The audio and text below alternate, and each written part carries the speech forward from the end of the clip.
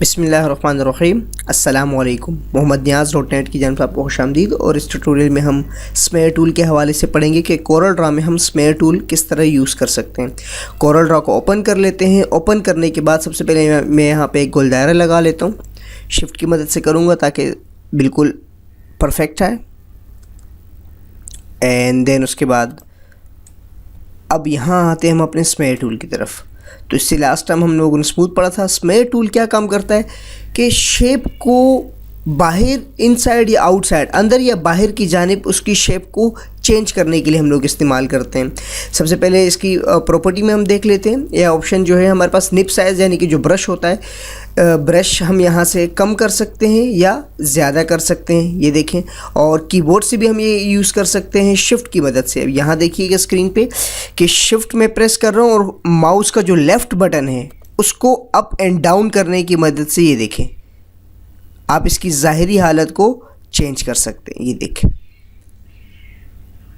यानी जो निब है उसको आप बड़ा या छोटा कर सकते हैं कीबोर्ड से शिफ्ट का और लेफ़्ट माउस का बटन ड्रैग करके, यानी इसको अप या डाउन करने की मदद से। अप करेंगे तो बढ़ेगा और डाउन करेंगे तो वो छोटा होता रहेगा। और इसके साथ हमारे पास प्रेशर है, यानी कितने प्रेशर के साथ ये तस्वीर को बाहर या अंदर की जानिब जो है इसकी शेप चेंज करे।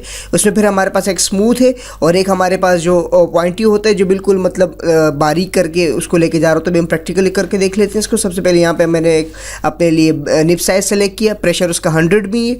और अब देखिएगा 100 प्रेशर के साथ मैं जैसे से ड्रैग करता हूँ तो ये देखिए 100 प्रेशर के साथ है। और इसी का प्रेशर मैं कम करता हूँ। अब देखिए प्रेशर मैं इसका कर देता हूँ तकरीबन 16। और अब ये देखें प्रेशर जैसे मैंने कम किया तो ये देखिए अब कम प्रेशर के साथ ये जैसे अप्लाई कर रहा है। कंट्रोल सेट करके इसको वापस ले आते हैं। और अब यहाँ देखिए पहले जो हम लोग स्मूथ कर रहे थे, स्मूथ करने के बाद मैं इसका प्रेशर वापस 100 कर देता हूँ। और अब इसे जो पॉइंट ही है इसमें उसको मैं करता हूँ, ये देखिएगा ज़रा बिल्कुल बारीक। इसी तरह यहाँ देखें। और यही काम अगर मैं इससे कर रहा था तो आपको यहाँ पे इसमें चेंजिंग आएगी। ये देखें वो बिल्कुल बारीक करके इसको नोकदार करके कर रहा है और ये इसको स्मूथ करके यानी इससे थोड़ा सा बोल्ड अंदाज में इससे लेके जा रहा है। इसको एक मैं उस पर बना लेता हूँ। यहाँ मेरे पास एक स्केच है। स्केच में मैं यहाँ इसे जूम कर देता हूँ। और जूम करने के बाद अब देखिए कि अगर इसके आँख के ऊपर हम लोग थोड़ा सा चेंजिंग करेंगे। स्मेयर टूल सेलेक्ट किया और सेलेक्ट करने के बाद स्मूथ ही है, प्रेशर मैं कम कर देता हूँ थोड़ा सा। इसका प्रेशर जो है वो हम कर देते हैं इसका तकरीबन 40 तक। और निप साइज़ को भी मैं थोड़ा सा कम कर देता हूँ। सबसे पहले इसके आँख को सेलेक्ट किया। अब देखिए ज़रा आँख को सेलेक्ट करने के बाद हम यहाँ पे चेंजिंग कर लें। ये देखिए इसी के साथ दूसरी जो आँख है यहाँ भी हम चेंजिंग कर लेते हैं।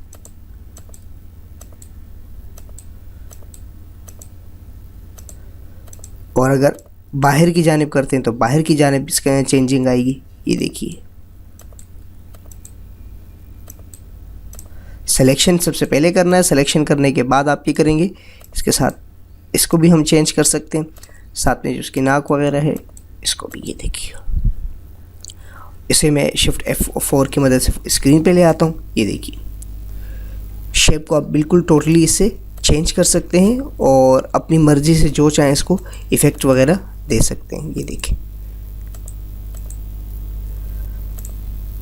तो बहुत आसानी के साथ आप स्मेयर टूल को यूज़ कर सकते हैं शेप को इनसाइड या आउटसाइड उसकी ज़ाहिरी शेप चेंजिंग करने के लिए। मज़ीद लेटेस्ट अपडेट जानने के लिए आप मेरी वेबसाइट विज़िट कर सकते हैं mohammadniaz.net। और यहाँ से आप मेरा फेसबुक का पेज भी ज्वाइन कर सकते हैं, यूट्यूब या ट्विटर वगैरह या पिंटरेस्ट वगैरह जिस भी सोशल मीडिया में आप वर्क कर रहे होते हैं तो आप वहाँ पे मुझे ज्वाइन कर सकते हैं। और किसी किस्म की प्रॉब्लम हो तो आप मुझसे शेयर कर सकते हैं या इसी वेबसाइट में आके आप मुझे कमेंट करें। इंशाल्लाह जितना हो सका मैं आपकी हेल्प करने की कोशिश करूँगा। मिलते हैं नेक्स्ट ट्यूटोरियल में। अल्लाह नेहगेबान।